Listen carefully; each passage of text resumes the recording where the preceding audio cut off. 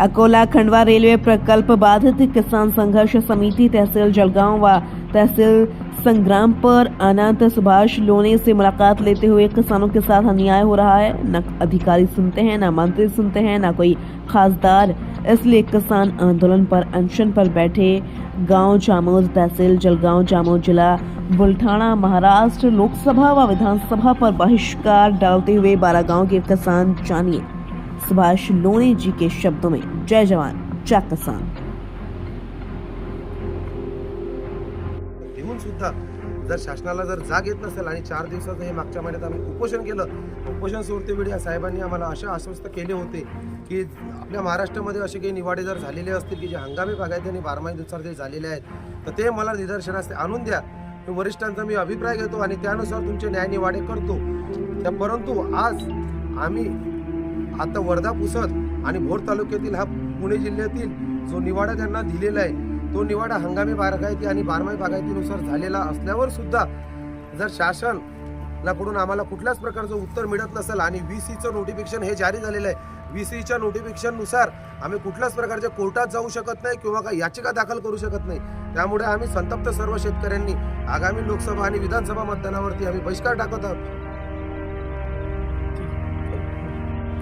Sir, आमचं अतोनात नुकसान आहे।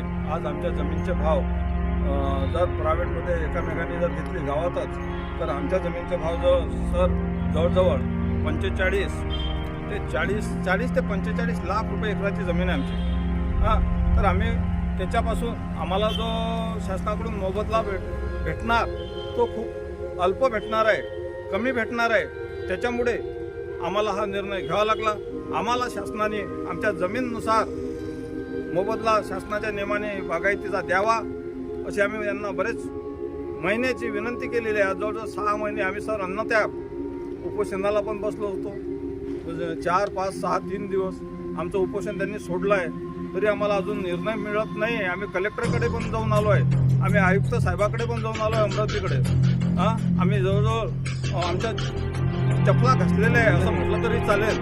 मग आम्ही शेवटी हा निर्णय घेतलेला आहे की लोकसभा निवडणूक आलेल्या आहे, आम्ही 12ही गावचे प्रत्येक रोडवर प्रत्येक स्टॉपवर गावाच्या तिथं बहिष्काराचे फलक लावणार आहे आणि गावातून आम्ही मतदानावर बहिष्कार टाकणार आहे। अत्यंत जे कमी रेट आहे ते रेडिकेटची रेट त्याच्यानुसारच मूल्यांकन आणि मोबदला त्यांनी ते देय केला आणि शेवटी जे मागच्या महिन्यामध्ये आम्ही हे भरपूर निवेदनं देऊन सुद्धा आम्हाला काही रीतसर उत्तर मिळालं नाही। त्यावेळेस आम्ही आमरण उपोषण केले 4 दिवसाचे, परंतु त्यावेळेस उपोषण सोडतेवेळेस SDO साहेबांनी आम्हाला असे आश्वस्त केले होते की महाराष्ट्रामध्ये असे काही आपले निवाडे झालेले असतील जे हंगामी बागायती आणि बारमाही बागायतीनुसार मोबदला मिळाला असेल तर त्याच्या प्रतिलिपी मला द्याव्यात। तर याच अनुषंगाने आम्ही रेल्वेच्या आपला वर्धा यवतमाळचा जो अवॉर्ड दिलेला आहे याच्यामध्ये तर 2 अवॉर्डाच्या प्रती दिलेल्या आहे। याच्यामध्ये आपला हंगामी बागायती आणि बारमाही बागायतीनुसार निवाडे झालेले आहेत आणि अमरावती विभागातीलच आहेत ते।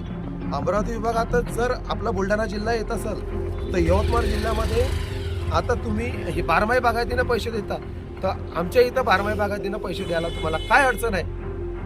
तर त्या अनुषंगाने हे दडपशाहीला आणि या लोकशाहीला आता काळिंबा फासणारी ही गोष्ट आहे। कारण जर असे निवाडे जर चुकीचे निवाडे काढत असतील तर हे अत्यंत चुकीचे आहे आणि याच्यामध्ये अधिकारशाही हे पूर्णपणे इन्व्हॉल्व आहे असे लक्षात येते आणि याची संपूर्ण जबाबदारी ही SDO साहेब, जिल्हाधिकारी आणि आयुक्त साहेबांची आहे। कारण यांना वेळोवेळी निवेदनं दिलेली आहे आणि लोकशाही आज जे दडपणशाही जे झालेली आहे तर यांच्याचमुळे हे झालेलं आहे।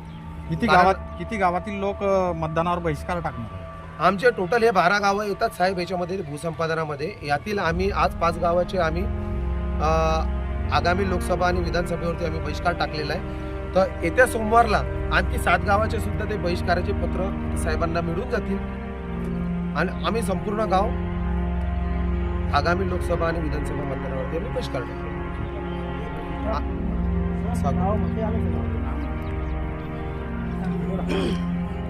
अकोला खंडवा हा जो रोड शासनाने रेल्वे लाईन जो इकडून टाकलेला आहे सर, तर आम्ही त्या बाबतीत तर नाराज आहेच, परंतु सर आमची जी जमीन आहे ती बारामतीच्या जमिनीपेक्षा बी 1 नंबर म्हणा वाटेल।